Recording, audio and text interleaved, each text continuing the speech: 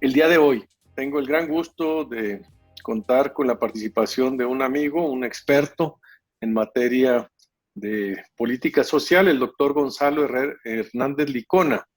Él fue el secretario ejecutivo del Coneval, el Consejo Nacional de la Evaluación, que se creó como este órgano autónomo para precisamente entender y evaluar el impacto de las políticas que los gobiernos hacen para ver qué tanto están funcionando en el terreno, sus objetivos de combatir la pobreza y la desigualdad. Gonzalo, muchas gracias por acompañarnos. Te agradezco mucho y te quisiera pedir de entrada que nos ayudes a entender primero el Coneval. ¿Está funcionando? ¿Sirve de algo? Porque hay ahorita como un cuestionamiento de la viabilidad y utilidad de los órganos autónomos, en este caso concreto, sobre el Coneval. Quisiera que nos ayudaras a dar tu punto de vista. Gracias, Gustavo, por el diálogo y siempre un gusto platicar contigo. Gracias. Mira, vamos a empezar diciendo que la gente que nos está viendo, pues todos de alguna manera tenemos lana que le pasamos al gobierno casi todos los días, ¿no? Cada vez que compramos algún artículo, pagamos IVA, pagamos impuestos sobre la renta, hay diferentes tipos de impuestos. La gente pagamos impuestos. Y los impuestos, Gustavo, que pagamos todos nosotros, son los que se van a los sueldos de la gente en el gobierno. Por lo tanto, de una manera muy clara, la gente del gobierno, la gente del Senado y de la Cámara de Diputados están trabajando para los ciudadanos porque nosotros pagamos su sueldo. Eso implica necesariamente, Gustavo, así es la democracia, que las personas en el gobierno es importante que rindan cuentas a la gente, ¿no? O sea, si tú y yo tuviéramos un negocio, yo pongo mi lana, tú al revés, no pones tu lana y tú me contratas como gerente, lo menos que me tienes que pedir es cuentas casi cada mes de cómo va tu lana, ¿no? Pues aquí lo mismo, ¿no? O sea, el ciudadano debemos estar a cada rato diciendo cómo vamos. Y el gobierno nos tiene que decir cómo vamos. Bueno, obviamente, Gustavo, dado el poder real que tienen los gobiernos cuando son electos, ¿no? Un presidente tiene un poder importante, así como el Congreso. Es importante que haya instituciones que ayuden al ciudadano y también al gobierno a decir, pues, muchas de las netas que luego los gobiernos no quieren decir, ¿no? A veces el gobierno dice, mira, vamos bien, pero a veces no vamos bien y los gobiernos, pues, a veces mienten, la verdad. El gobierno siempre te va a decir que vamos muy bien, ¿no? O El sea, gobierno casi siempre va a decir que estamos bien. es muy difícil. Si tú me preguntas cómo va mi trabajo, yo Sí. te digo, pues, va muy bien.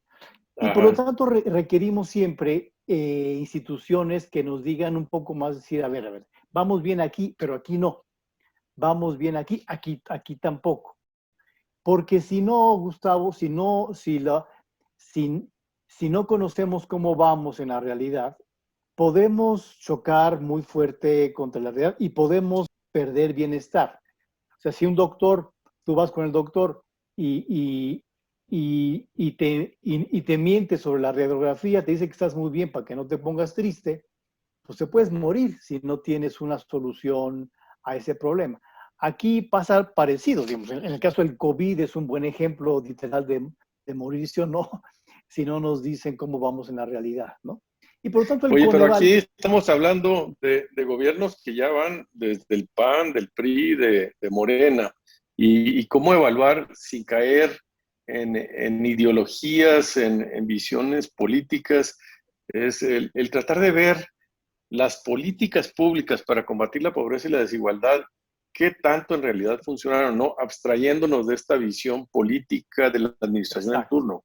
Entonces decíamos, los organismos autónomos ayudan a dar esa visión más allá de la política y más allá de los partidos políticos. El Coneval, de hecho, fue ideado y fue creado con la participación y la firma de todos los partidos políticos de su momento en el 2004, el PAN, el PRI, el PRD, no existía Morena, pero todo el mundo estuvo de acuerdo en que hubiera un órgano autónomo, independiente, que nos dijera cómo van los programas sociales, cómo va la política social, cómo va la pobreza. Y eso ha hecho el Coneval desde el inicio. Cuando yo estaba, y la verdad yo creo que lo siguen haciendo, Gustavo, honestamente, la gente que está ahí sigue siendo muy profesional. No, en general, lo que estamos diciendo es, mira, en la pobreza, en este periodo ha subido, en este periodo ha bajado, en este periodo ha subido en tales estados, abajo en tales estados, para que podamos saber qué cosas hay que reforzar. Y en la parte social, Gustavo, el Coneval también ha venido diciendo cosas en donde los programas sociales van bien o cuando van mal también, ¿no? El Coneval acaba de sacar una información hace unos días sobre la política social y nos ha mostrado, como lo hemos hecho antes, que hay cosas que van bien y hay otras que van mal.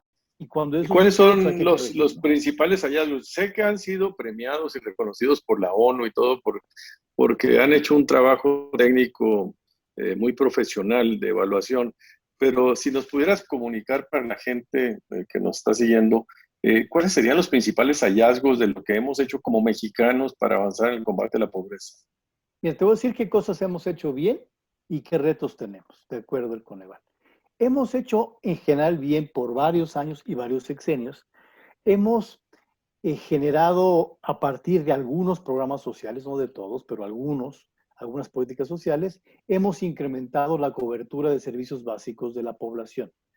Más agua potable, más drenaje en las casas, más niños y niñas en las escuelas, mayor cobertura en salud en general, y esto ha sido a partir de un conjunto de programas. Pues las coberturas han mejorado y han mejorado mucho a la población más pobre. Si comparáramos hoy con hace 20 años, hoy la población en pobreza tiene más drenaje, más agua potable, casas con mejor calidad en general. Eso hemos hecho bien y ha sido mostrado por el Coneval. ¿Qué no hemos hecho bien? No hemos podido como país generar ingresos suficientes y crecientes para la población, especialmente para la población más pobre. Hemos sido muy malos para generar crecimiento económico y generar creación de empleos y generar ingresos, y eso repercute en la pobreza. Entonces, la pobreza no ha podido bajar en los últimos 25 años mucho, pues porque el ingreso no nos da. Obviamente en el 2020, Gustavo, esto ha sido peor, porque no solamente no generamos ingresos, sino que nos ha ido súper mal. Con Y la el pandemia. Coneval lo acaba de decir Sí. hace unos días, insisto, ¿no? El Coneval Si quieres, acaba de decir, ahorita tocamos un poco el tema de la coyuntura y de lo que viene a partir del COVID, porque pues aumentó la desigualdad y la pobreza, pero un poco la visión más macro de estos 25 años que tú dices. ¿Por qué todo el mundo habla de que México, la mitad de la población es pobre? Es cierto que la mitad de la población vive en pobreza. mira, O sea, hasta el 2018, 19, el 42% de la población estaba en la pobreza, o sea, menos de la mitad, pero sí 42% en la pobreza.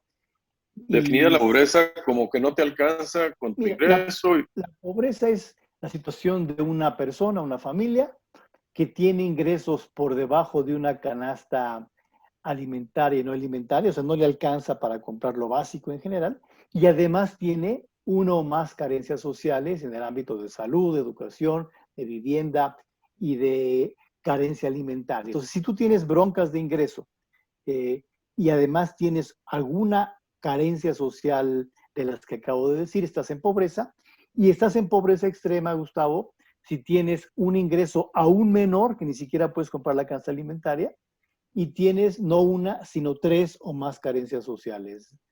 La pobreza extrema andaríamos en unos 7.6% y la pobreza amplia en 42%. Porque el Banco Mundial y otros organismos la miden de una manera muy, muy práctica, ¿no? Si tienes de $2 al día de ingreso monetario, eres pobre, básicamente así es como lo miden en otros lados. Sí, el Banco Mundial tiene este umbral de 1.9 dólares diarios por persona, que implica solamente usar la variable de ingreso y, como tú dices, ser muy pragmáticos, a un costo, yo creo que un costo importante, porque la pobreza es un tema de muchas aristas y muchas caras y muchas problemáticas, y tiene que ver con derechos desde el punto de vista teórico, desde el punto de vista como lo señaló la Ley de Desarrollo Social Mexicana en el 2004. Entonces, si tú incluyes el acceso a los derechos, el acceso mínimo a los derechos, tienes que tener una medición de pobreza que incluya el ingreso y otras variables para tener claridad sobre cómo está la pobreza y qué podemos hacer para mejorarla. Y en eso, pues México se puso a la vanguardia con esta visión multidimensional de la medición de la pobreza, ¿verdad? No nomás monetaria, sino multidimensional. Oye, en este sentido, Gonzalo, ¿qué tanto están ayudando el presidente actual, Andrés Manuel, está privilegiando las entregas directas de recursos, desmantelando un poco los programas institucionales que existían anteriormente por la visión de que había corrupción o ineficiencia o encarecimiento? Estoy hablando de lo que era el Progresa, el Prospera, eso de visión, ese programa. Y ahora con unas entregas directas a universos determinados de segmentos de la población. ¿Tú cómo evalúas este cambio? ¿Qué mejoras y qué retrocesos hay en esta visión? Mira, en cualquier política social, Gustavo, tiene que haber para ciertos grupos entrega de transferencias monetarias. Esa es parte, en un país como México, con tanta pobreza y con tanta desigualdad, las transferencias monetarias son importantes. Lo han sido por muchos años. El programa que refieres tú, Progresa, Prospera, Oportunidades, hacía eso. Daba, entre otras cosas, un apoyo monetario a las familias más pobres.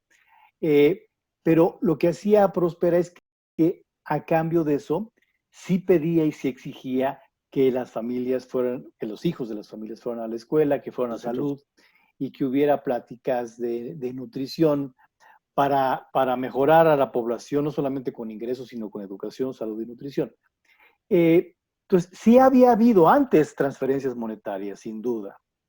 Hoy también las hay, con un par de diferencias, Gustavo. Uno, se amplía a algunos grupos como la población con discapacidad, se hace más grande el apoyo a adultos mayores, pero se desmantelan programas como Prospera, programas como Programa de Empleo Temporal, programas como estancias infantiles, que también daban recursos, pero que lo hacían de una manera diferente. Entonces, en el neto, Gustavo, en el neto, con datos que tenemos de la encuesta de empleo, parecería que la cobertura es casi la misma que antes, excepto para los más pobres, que para el 10% más pobre, Gustavo, la cobertura de programas sociales era más amplia hace 2 años que ahora. Por lo tanto, sí hay un reto importante para la política social actual de, si bien continuar dando transferencias, focalizar mejor, porque las formas de focalización que se tenían antes eran mejor que los de ahora. No es que fueran perfectas, pero eran mejores y le llegaba con más claridad el programa social a la población del 10% más pobre, cosa que hoy esa cobertura es mucho menor. Y otra cosa muy rápida es, no solamente la transferencia monetaria es importante, sino también el fortalecimiento de los servicios de calidad, ¿no? Si tú pierdes ese enfoque, no estás hablando de un sentido de derechos completo. Es decir, un niño requiere una beca, pero requiere que la escuela sea de calidad y que haya maestros buenos. Una persona que quiere que sus hijos estén en una guardería, en una estancia, requiere pagar la estancia y requiere que haya estancias de calidad. Si tú dejas de apoyar la oferta, pues esa parte ya no está, ¿no? ¿Y se ha medido, si ha habido avances o retrocesos con el cambio del seguro popular al INSABI? Mira, todavía es muy temprano para decirlo, con algunos elementos preliminares, Gustavo. Creo que, uno, hubo un cambio drástico sin un plan de sustitución muy concreto. O sea, el Seguro Popular se vino trabajando por muchos años. Tenía retos, como por ejemplo, que los estados tuvieran mayor transparencia en el uso de los recursos, por ejemplo. Pero había un avance y cierto orden financiero a nivel macro. Hoy el cambio ha implicado muy poca planeación. La gente no sabe si tiene Seguro Popular o tiene INSABI o tiene algo. Y una parte fundamental era que la gente tuviera esta credencial que le daba y podía exigir derechos, ¿no? Si a mí me dicen, oye, tú tienes chance de hacerlo y no te doy un medio al menos que lo reconozca, es como si no lo tuvieras. Por más que la Constitución o la ley de salud dice, todos los mexicanos deberían tener acceso, pues si no te dan el pasaporte, por así decirlo, no lo consideras como parte de tus derechos. Por lo tanto, ha habido retos bien importantes desde el punto de vista lógico de la transición. De hecho, lo que va a pasar, Gustavo, y ojo con esto, con las mediciones recientes del censo y lo que seguramente estará arrojando la encuesta de ingreso-gasto que dará a conocer el INEGI en julio, va a haber un descenso de la cobertura de acceso a servicios de salud en la población, porque la población no sabe a qué tiene derecho y por lo tanto va a haber una reducción de la cobertura en salud, lo cual va a ser gravísimo, ¿no? Y el tema aquí de que, cuál debe ser el rol y la participación de los gobiernos subnacionales, los municipios, los estados y la federación. ¿Tú cómo distribuirías las competencias, las facultades? ¿Dónde se ponen un poco la organización de atribuciones? Porque como que también esto se está replanteando, Gonzalo. Seguro. Obviamente ya hay algún planteamiento original en la propia Constitución, ¿no? Que los municipios deberían de hacer, servicios de agua potable, basura, un conjunto de servicios que están en la Constitución. Y que eso debería ser el municipio, pero ciertamente no es fácil saber hoy por hoy qué le toca a quién, ¿no? Los municipios son autónomos, los estados son autónomos, pero hay un pecado original, Gustavo, que es el hecho de que los estados no recaudan muchos impuestos. Y por lo tanto, la federación es quien les da de regreso los ingresos y por lo tanto la federación tiene mucho que decir, ¿no? Hoy por hoy el gobierno del presidente López Obrador está, yo creo que centralizando más el poder y dejándole menos chance a los estados. Y si los estados no recaudan, que es un tema histórico, Gustavo, esa discusión es muy difícil, ¿no? Y por lo tanto, si hay un tema, yo replantearía, por supuesto, esta federalización y la forma de organizarnos a nivel federal, estatal y municipal, y que tenga como centro, como buena parte de los temas, el tema de recaudación. De otra manera, nos vamos a seguir haciendo bolas y Sí, dependiendo quién esté en la presidencia parece, va a ser peor o no peor, ¿no? claro, parece que ya está dando de sí este modelo de coordinación fiscal donde el 90 y tantos por Exacto. ciento lo recauda la federación y lo distribuye después a los estados con sus reglas y prioridades. Gonzalo, dame una visión para las personas comunes y corrientes de la calle. ¿Qué pueden hacer? ¿Qué, cómo, cómo pueden ayudar ellos a que las cosas avancen en la dirección correcta? Muchas veces las personas pues ven estos temas como si fuera algo ajeno, como Sí. que si fueran pleitos de los partidos o de los gobiernos o de las administraciones y no se sienten ni involucrados ni con la capacidad de hacer algo. ¿Hay algo que el ciudadano ordinario común pudiera poner un granito de arena para que las cosas vayan avanzando en la dirección correcta, Gonzalo? Yo creo que en un país como México que sigue siendo democrático, las personas deberíamos eh, percibir lo que está pasando con el día a día. Por ejemplo, en 2020 nos quedamos sin empleo, sin empleos, o sea, mucha gente se quedó sin chamba. Por supuesto, la pandemia tuvo mucho que decir, pero, pero los gobiernos, parecería que el federal, no respondieron ágilmente. Y entonces uno como ciudadano, Gustavo, debe de exigir permanentemente, ¿no? Debe de exigir resultados de los gobiernos, los locales y los federales, que a veces siempre se confunden, por supuesto, pero sí la exigencia es parte de la democracia. Y el 2020 es un buen ejemplo de que nos fue mal y deberíamos literalmente exigir, digamos, ¿no? O sea, los partidos políticos son muy buenos en a lo mejor resolver cosas de corto plazo, pero si nos, o sea, si me planteo, por ejemplo, Gustavo, ¿qué es de la educación de mis hijos si no tengo yo Wi-Fi, internet, si no tengo yo facilidades para una escuela? Pues mis hijos se van a quedar sin aprender lo mínimo. Ese es el tipo de cosas que deberíamos como ciudadanos ver lo que nos está pasando y sí ser exigentes, ¿no? Y no irnos con el primer cuate que nos promete 3 pesos cada mes, ¿no? De acuerdo, volvernos más ciudadanos, más exigentes, menos súbditos y menos que estemos dependiendo siempre de que las soluciones vengan de fuera del Y gobierno, muy ¿verdad? creativos, ¿no? Muy innovadores Ya. también. Obviamente el innovador va a estar siempre pendiente. Hay que innovar, hay que ponerse las pilas, por supuesto, pero esto es más allá de uno solito poniéndose las pilas. También hay que exigir al gobierno que tengamos los canales para que nos pongamos las pilas más personas, ¿no? Gracias, Gonzalo. Gracias, Gustavo. Sí, Suerte. Amigas y amigos, espero que les haya gustado esta intervención, esta entrevista a Gonzalo Hernández Licona sobre los temas sociales. Y aprovechar para preguntarte, ¿tú qué reflexiones te quedas para este 2020 y 2021 con la pandemia? ¿Cómo te fue a ti y a tu familia? ¿Cómo viste al gobierno? ¿Qué le exiges? Quisiera que nos dieras seguimiento a este canal. Si te gustó, suscríbete, danos un like, porque queríamos seguir discutiendo contigo sobre estos temas.